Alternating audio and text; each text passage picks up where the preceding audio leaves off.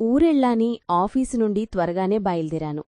ఎంత త్వరగా మొదలైనా హైదరాబాద్ ట్రాఫిక్ సమస్యతో రూంకి వచ్చేసరికి సమయం సాయంత్రం 4:30 అయింది. రైలుకు ఇంకా గంట సమయం మాత్రమే ఉంది అనుకుంటూ చకచకా తయారయ్యి రూంకి తాళం వేసి రోడ్డువైపు వేగంగా నడిచి దగ్గర్లో ఉన్న బస్టాప్ చేరుకున్నాను. సికింద్రాబాద్ రైల్వే స్టేషన్కు వెళ్లే బస్సు కోసం వెయిటింగ్. ఈ హడావుడి అంతా ఎందుకోసమంటే సంవత్సరం తర్వాత ఊరు వెడుతున్నాననే ఆనందం ఒకటైతే ఆలస్యమైతే రిజర్వేషన్ చేసుకున్న ట్రైను వెళ్ళిపోతుందనే ఆదుర్దా మరొకటి.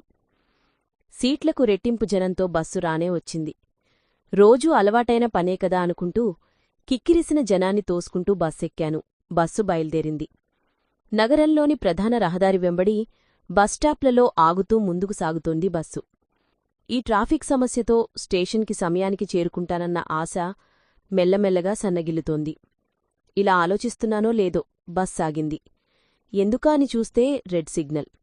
ఈ సిగ్నల్స్ ఇవన్నీ కదిలేవాటికే కాని కరిగే కాలానికి కాదని నాకు నేనే ఓ ఫిలాసఫీ చెప్పుకుంటుండగా బస్సు కదిలింది. హమ్మయ్యా, కదిలింది అనుకున్నానో లేదో అంతలో మళ్ళీ ఆగింది. కొద్దిపాటి చిరాకుతో బస్సు డ్రైవర్, కండక్టర్ ఇద్దరిమీద అజమాయిషీ చెయ్యాలనిపించింది. అది కుదిలే పని కాదని ఖాళీ అయిన సీట్లో కూర్చున్నాను. ఎంతసేపైనా కదల్దే, కారణమేంటని కండక్టర్నడిగాను. ఏదో గొడవ జరుగుతోంది, అందుకే ఈ ట్రాఫిక్ జామ్ అని చెప్పాడు. ఇలా అయితే వెళ్ళినట్లే అని అనుకుంటుండగా పోలీసులు రావటం, ట్రాఫిక్ క్లియర్ చేయటం అంతా వేగంగా జరిగిపోయాయి. అంతే వేగంతో బస్సు కదిలింది. అప్పటికే బస్సు సగం ఖాళీ అయింది. నేను దిగిపోదామని అనుకున్నాను. ఇంకా 6 కిలోమీటర్ల దూరముంది, నడవగలనా అనే సందేహాలకు సమాధానాలిస్తూ సమయం 5:30 అయింది. రైలు ఉంటుందా, వెళ్ళిపోతుందా అన్న సంశయానికి నన్ను నేను సముదాయించుకుంటుండగా బస్సు స్టేషన్ సమీపించిందని అర్థమైంది. బస్సు ఆగటంతో లగేజీ చేతపట్టుకుని వాయువేగంతో స్టేషన్కి చేరాను. డిస్ప్లే బోర్డులో నేను రిజర్వేషన్ చేయించుకున్న రైలు చెన్నై ఎక్స్ప్రెస్ జాడ కనిపించలేదు. వెళ్లి ఎంక్వైరీలో కనుక్కున్నాను. 5 నిమిషాల క్రితమే వెళ్ళిపోయిందని అన్నారు. తలచినదే జరిగినదా అని అనుకుంటూ నాంపల్లి నుండైతే సికింద్రాబాదు నుండి రిజర్వేషన్ చేసిన స్నేహితుణ్ణి తిట్టుకుంటూ తర్వాత రైలు ఎన్నింటికి అని అడిగాను. అరగంటలో 2వ నంబర్ ప్లాట్ఫాంపై నారాయణాద్రి వస్తుందని అటువైపు నుండి సమాధానం వచ్చింది. వారికి థాంక్స్ తెలియజేసి టికెట్ కౌంటర్ వైపు నడిచాను. క్యూ చాలా పొడవుగా ఉంది. అయినా తప్పేదేముందని లైన్లో నిలబడ్డాను. టికెట్ తీసుకుని 2వ నంబర్ ప్లాట్ఫాం వద్దకు చేరుకున్నాను. వారు చెప్పిన సమయానికి ఇంకా 10 నిమిషాలుంది. నెమ్మదిగా జనరల్ కంపార్ట్మెంట్ వైపు నడుచుకుంటూ వెళ్లాను. రద్దీ తక్కువగానే ఉంది. సీట్ కన్ఫర్మ్ అని అర్థమైంది. ఇంతలోనే ఎనౌన్స్మెంట్ వినిపించింది. అంతలోనే రైలు రావటం, ఎక్కటం వేగంగా జరిగాయి. విండో సీట్ దొరికింది. జనరల్ బోగి, అందులో విండో సీట్. హ్యాపీ అనుకుంటూ వెంట తెచ్చిన లగేజీని పైన పెడుతుండగా, ఎక్స్క్యూజ్ మీ, కొంచెం ఈ లగేజ్ కూడా పైన పెడతారా అంటూ సన్నని స్వరం ఒకటి వినిపించింది. ఎవరా అని చూస్తే అమ్మాయి. అచ్చం రవివర్మ గీసిన చిత్రంలా ఉంది. కొన్ని క్షణాలపాటు అలాగే చూస్తుండిపోయాను. హలో, మిమ్మల్ని. ఈ లగేజ్ పైన పెడతారా అన్న మాటకు తేరుకుని ఆమె లగేజీ తీసుకుని పైన పెట్టి నా సీట్లో కూర్చున్నాను. ఆమె నా ఎదురు సీట్లో కూర్చుంది. ఆహా, ఏమి నా భాగ్యం! పసిడి ఛాయలో 16 అనాల తెలుగందం నా ఎదురుగా కూర్చుని ఉంది. మళ్ళీ మళ్ళీ చూడాలనిపించే తన అందం, గంటలు తరబడి మాట్లాడాలనిపించే నా ఆనందం. మొన్న విన్న సరిపోవు కోటికనులైనా అన్న గీతానికి సరైన అర్థం తనేనేమో అనిపించింది. అనిపించటం కాదు, తనే. ఇన్ని భావాలు నాలో ఎప్పుడూ కలగలేదు. ఇంత ప్రాసలో నేనెప్పుడూ మాట్లాడలేదు. నిత్యం కంప్యూటర్ల ముందు కూర్చుని పనిచేయటం మాత్రమే తెలిసిన నాకు ఆ రోజే తెలిసింది నాలోనూ ఓ కవి ఉన్నాడు అని. నాలో ఉన్న ఆ కవి భావనే ఇదంతా అని. అబ్బా, ఏమందం, ఏమందం! ఆ అందాన్ని వర్ణించేందుకు పదాలు వెతికే పనిలో ఉంది నా ఆనందం. ఆమె చూపులకు దొరకకుండా దోబూచుకులాడుతున్న నా చూపులు మేమిక్కడా అంటూ తన కనులకు సైగ చేస్తున్నాయి. ఆమె కనులు బోగి గవాక్షంలో నుండి ప్రకృతి హొయలు వీక్షిస్తున్నాయి. ప్రకృతిని చూస్తోంది అన్న మాటకు పట్టం కడుతూ ఆమె ఆలోచనల్లోనే లీనమవుతూ ఉండగా ఇంతలో ఎక్కిళ్ల శబ్దం. ఎవరికబ్బా అనుకుంటూ తలపైకెత్తాను. ఎవరికో కాదు, తనకే. వెంటనే వెంట తెచ్చుకున్న వాటర్ బాటిల్ తీసి తను చేతికిచ్చాను. వాటర్ తాగి బాటిల్ చేతికిస్తూ, చాలా థాంక్స్ అండీ అని పలికింది. పర్లేదండీ అంటూ బాటిల్ తీసుకున్నాను. ఇదే అదునుగా భావించి తనతో మాట్లాడాలనుకున్నాను. మాట్లాడాలి. ఏం మాట్లాడాలి? ఎలా మొదలుపెట్టాలి? ఇలా అనుకుంటూ ఎలాగైనా మాట్లాడాలని కొద్దో గొప్పో మాటల్ని మూటగట్టాను. గొంతు పెకలటంలేదు, పెదవి పలకటంలేదు. అడ్డుపడిన పెదాలని పదాలు తిట్టుకుంటూ దండయాత్ర చేశాయి. లాభం లేదని వెనుదిరిగాయి. వెనుదిరిగిన మాటలకు సాదర స్వాగతం పలికినట్లుగా, మీ ప్రయాణం ఎక్కడివరకు అని అడిగింది. ఆమెతో మాట్లాడాలి అనుకున్న నాకు సందు దొరికింది. మది చిందులేస్తోంది. ఈమాత్రం దానికే ఆత్రం మాని కొద్దిగా గొంతు సవరించుకుని, బాపట్ల వరకు అన్నాను. ఓ, మీది బాపట్ల? 2 సంవత్సరాల క్రితం నేను బాపట్ల వ్యవసాయ కళాశాలలో అండర్ గ్రాడ్యుయేషన్ పూర్తి చేశాను. బాపట్ల ఫ్రెండ్స్తో అప్పుడప్పుడు చాట్ చేస్తుంటాను. ఆమె ఆ మాట చెప్పటంతో చుట్టరికం కొద్దిగా పెరిగిందని నాలో నేనే ఉబ్బితబ్బిబైపోయాను. తమాయించుకొని, మాటలు మధ్యలో ఆగకూడదని, మీరు ఎక్కడివరకు వెళుతున్నారు అన్నాను. తిరుపతి వెళుతున్నానండి. మీది తిరుపతా అనన్నాను. కాదండి, హైదరాబాద్. వెంటనే హైదరాబాద్లో ఎక్కడా అని అడుగుదామననుకున్నాను. బాగోదని ఆగాను. ఆమె కొనసాగించుతూ, ప్రతి సంవత్సరం ఇంచుమించుగా ఇదే సమయంలో తిరుపతి వెళ్తాను. మీరు ఒక్కరే వెళుతున్నట్లున్నారు అని అన్నాను. అవునండి. అమ్మానాన్నలు కూడా వచ్చేవారే, కాని కుదర్లేదు. ఈసారికి నువ్వెళ్ళి వచ్చే అని అన్నారు ఇంట్లో. సరేనని బయల్దేరాను. ప్రతి సంవత్సరం రిజర్వేషన్ చేయించుకుని వెళతాం కూడా, అలానే అనుకున్నాము. చెప్పాను కదా, వారికి రావటం కుదర్లేదు. టికెట్ బుక్ చేద్దామని ఆన్లైన్లో చూస్తే వెయిటింగ్ లిస్ట్ ఎక్కువగా ఉంది. సరే నేనొక్కదాన్నే కదా అని ఇలా వస్తున్నాను. ఎక్కడూ రిజర్వేషనే కాకుండా ఇలాంటి వేరియేషన్ కూడా చూడాలి అని అన్నది. ఆహా, ఏమీ ఈ మాటల మాధుర్యం! మధ్యలో లేత నవ్వుల సౌందర్యమనే అందాన్ని వర్ణిస్తూ, మాటలను ముడివేస్తూ, తదేకంగా ఆమెనే చూస్తూ, పదాలను నెమ్మదిగా పెదాలు దాటిస్తున్నాను. ఒక్కటేమిటి, ఇష్టాయిష్టాల దగ్గర్నుండి కష్టనష్టాల వరకు స్నేహపూర్వకంగా చక్కగా మాట్లాడుకుంటున్నాం. పట్టాలపై రైలు సాఫీగా సాగుతున్నట్లు మా మాటలు కూడా అంతే సాఫీగా సాగుతున్నాయి. బోగీలో మేమిద్దరమే ఉన్నామా అన్నంత ఏకాంత సంభాషణ మా మధ్యన మెరిసింది. తనకు ఎలా ఉందో తెలియదు కాని నాకైతే ప్రతీ మాట ఓ పూదోటలా అనిపించింది. ఈ మాటల అందం ఓ గ్రంథమైతే బావుండు అని వినిపించింది. ఈ వినపడిన స్వరం ఎవరిదా అనుకుంటుండగా మౌనం నాదే అంటూ బదులు పలికింది. ఔరా, మౌనాన్ని కూడా మాటలాడించే మాణిని తానేనని అర్థమైంది. సమయం కూడా తెలియనంతగా మందార మకరంద మాటల మాధుర్యంలో తేలిపోటున్నాయి ఇరువురి మనసులు. రైలు ఆగినట్లుగా అనిపించింది. ప్లాట్ఫాంపై రద్దీ ఎక్కువగా ఉంది. టైం చూశాను. రాత్రి 11 అయింది. ఏ స్టేషనో అని అనుకుంటుండగా, గుంటూరు జంక్షన్ మీకు స్వాగతం పలుకుతుంది అన్న పదం విని నా గుండె వేగం పెరిగింది. కొంచెం కంగారు కూడా. ఓహ్, గుంటూరు వచ్చేశాం. గంటన్నరలో బాపట్ల. నా చుట్టూ అల్లుకున్న ఆనందాన్ని చూసి విషాదం కుల్లుకుందేమో, బహుశా అది కూడా వచ్చి చేరింది. ఇప్పటిదాకా వర్తమానమైన మాటలన్నీ మరికొద్దిసేపట్లో గతపు తాలూకా జ్ఞాపకాలైపోతాయని తలచుకోగానే ఎదలో సన్నని బాధ మొదలైంది. బాధతో పాటు ప్రశ్నలు కూడా బయల్దేరాయి. సమాధానాల్ని వెతుక్కునే పనిలో వెలితిగా ఉన్న నా ముఖాన్ని గమనించిన ఆమె, ఏమిటండీ అలా ఉన్నారు అని అడిగింది. ఏం లేదండీ, ఏదీ లేదనటంలోనే ఏదో ఉందని తెలుస్తోంది. ఏమిటో చెప్పండి. అబ్బే, ఏం లేదండీ అంటూ మాట దాటివేసి, ఇక్కడ ట్రైను అర్ధగంట ఆగుతుంది. తినటానికి ఏమైనా తీసుకుని రమ్మంటారా అని అడిగాను. ఏం వద్దండి, చపాతీలు తెచ్చాను, ఇద్దరం తిందాం అన్న తన మాటకు సరే అనకుండా ఉండలేకపోయాను. బాక్స్లో చపాతీలు తీసి ప్లేట్లో వేసి చేతికిచ్చింది. కొద్దిసేపటి వరకు స్నేహాన్ని పంచింది. ఇప్పుడు ఆకలి తీర్చుతుంది. అందం, అంతకు మించిన గుణం, ఈ రెండింటి కలయికతో ఆమె సౌందర్యం అద్భుతం. ఇలా మనసు పలికే మాటలని వింటూ ఆమెనే చూస్తున్నాను.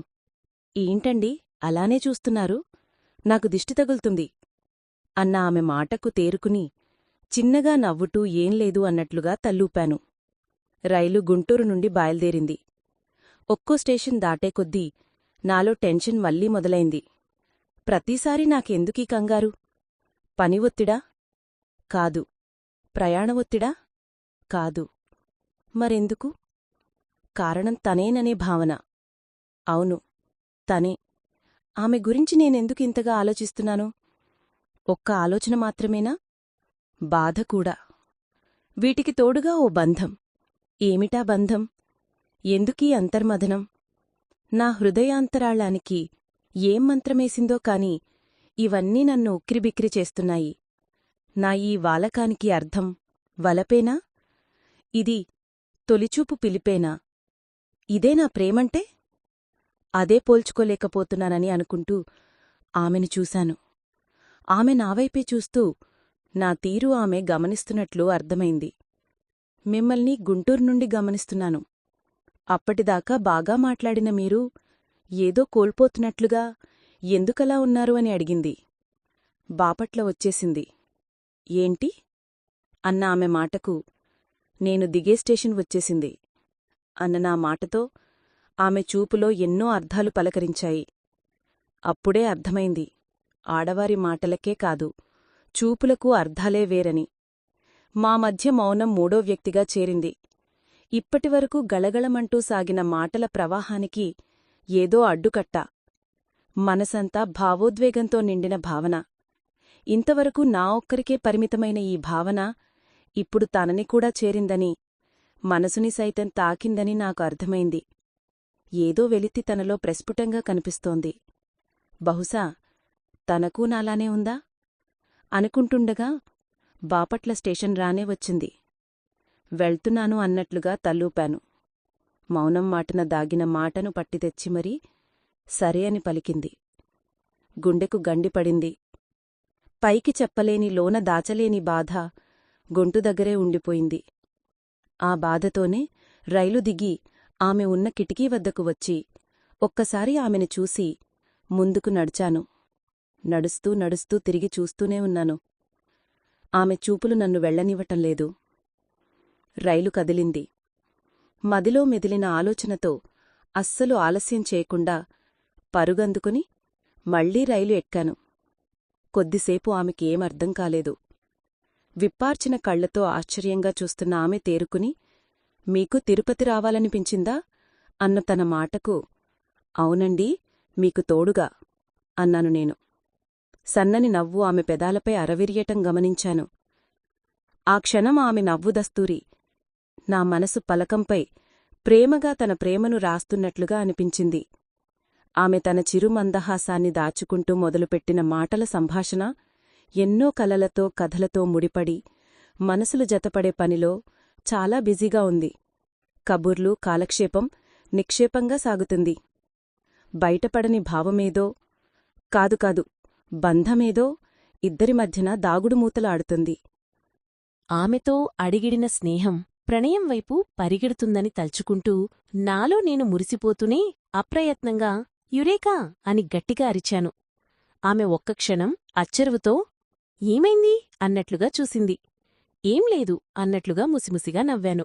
ఆమె కూడా నవ్వింది. అదే సమయంలో మరొకటి జరిగిందని చుట్టూ చూస్తేగాని అర్థంకాలేదు.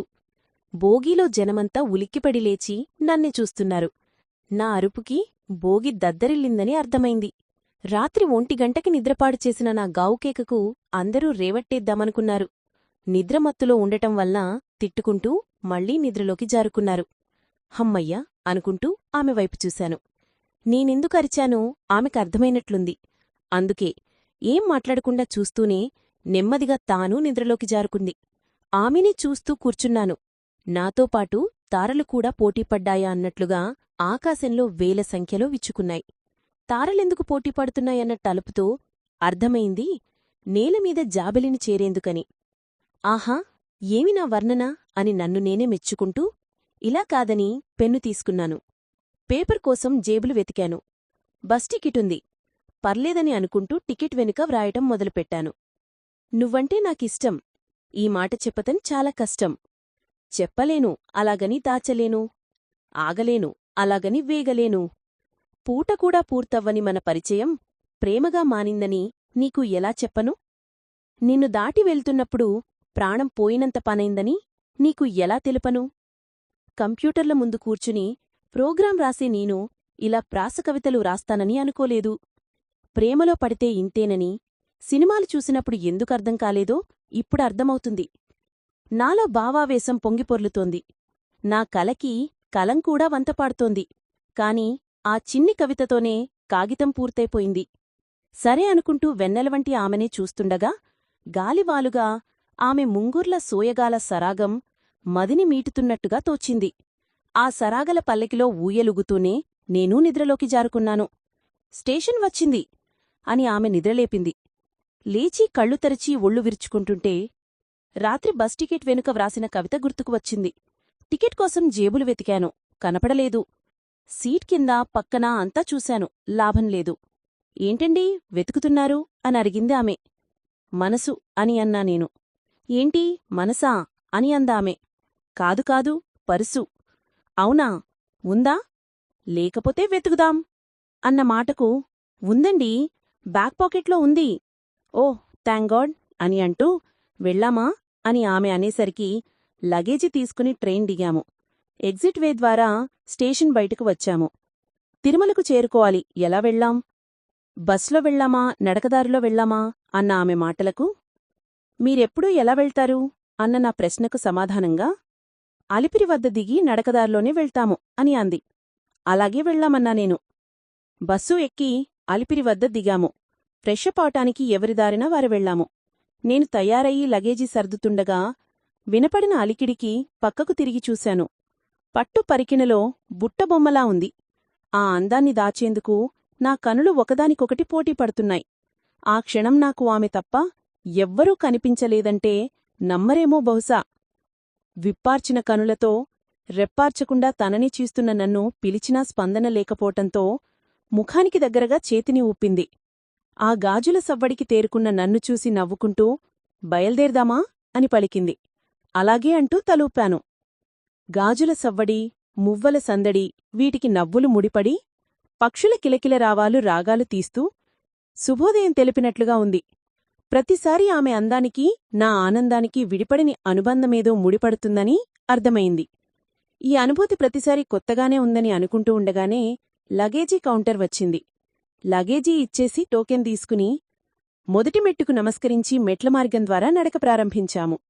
తొలి అడుగులు మొదలయ్యాయి. చుట్టూ ఉన్న చెట్టు చేమని పలకరిస్తూ మాటలు కూడా కదిలాయి. అడుగులుగా మొదలైన నడకలతో ఆనందనిలయం చేరుకున్నాము. ఆన్లైన్లో ముందుగానే బుక్ చేసుకున్న కళ్యాణం టికెట్ ద్వారా స్వామివారికి కళ్యాణం జరిపించి పద్మావతి సమేత వెంకటేశ్వర్ని దర్శించాము. ఆమె ఏం కోరుకుందో తెలియదు కాని నేను మాత్రం వచ్చే సంవత్సరం మేమిద్దరం భార్యాభర్తలుగా నీ వద్దకు వచ్చేలా దీవించు స్వామి అని కోరుకున్నాను. ప్రసాదాలు తీసుకుని ప్రశాంతంగా ఒకచోట కూర్చున్నప్పుడు మాటల సందర్భంలో ఏదో పెద్ద కోరికే కోరినట్టున్నారు అందామే. ఆ మాటకు చిన్నగా నవ్వి వెళ్దామా అన్న నా సైగతో అక్కడ్నుంచి కదిలాము. కొండమీద గుళ్ళన్నీ చుట్టేసి నడక మార్గంలో క్రిందుకు బయల్దేరాము. నడక మొదలైన మొదలు తుదివరకు ఒకటా రెండా, ఎన్ని మాటలో ఎన్ని జ్ఞాపకాలో. వాటినన్నింటినీ మనసు సూట్కేసులో సర్దేసి రైల్వే స్టేషన్కి చేరుకున్నాం. ఇరువురి హృదయాల్లో ఒకటే అలజడి. ఆ అలజడితోనే ట్రైన్ ఎక్కాం. తిరుగు ప్రయాణం ఎక్కువగా మౌనానికే స్థానమిచ్చింది. మరి కొద్ది గంటల్లో మా గమ్యాలు వేరవుతాయి. ఈ తలుపుకు ఎదతలుపులు బద్దలయ్యేలా కొట్టుకుంటున్నాయి. నిన్న ప్రయాణంలో నా ముఖంలో మాత్రమే కనిపించిన వెలితి ఇప్పుడు తన ముఖంలో కూడా. మరో 10 నిమిషాల్లో నేను దిగుతాను అనగా నిన్న రాత్రి టికెట్ మీద రాసిన కవితను ఆమెకు ఎలాగైనా వినిపించాలని విశ్వప్రయత్నం చేస్తున్నాను. కాని మాట పైకి పెకలటం లేదు. గుండె బరువెక్కటం అంటే ఏంటో ఇప్పుడిప్పుడే తెలుస్తోంది. నాకు తెలుసు, తనకి నాలానే అనిపిస్తోంది. ఆడమనసు కదా, అంత తేలికగా బయటపడదు అని నాకు నేను సర్ది చెప్పుకున్నాను. మనసులో మాట ఇప్పుడు చెప్పకపోతే ఎప్పటికీ చెప్పలేను. ఎలాగైనా ఏదేమైనా చెప్పాలి, చెప్పి తీరాలి. నా మది నన్ను బలవంతం చేస్తోంది. చెప్తే ఎలా అర్థం చేసుకుంటుందో, తిరిగి ఏం సమాధానమిస్తుందో. ఆమెకు ఆ ఉద్దేశం లేదని తేల్చి చెప్తే తట్టుకునే శక్తి నా మనసుకు లేదు. ఇలా ఎన్నో ప్రశ్నలు నన్ను రాద్ధాంతం చేస్తున్నట్లు అనిపించింది. ఇంతలో చిన్న చీటీని ఆమె నా చేతికిచ్చింది. అది చీటీ కాదు, రాత్రి నేను కవిత రాసిన టిక్కెట్టు. ఆమె వద్దకు ఎలా చేరిందా అన్న సందేహంతో ఆమె వైపు చూశాను. ఆమె నవ్వుతూ,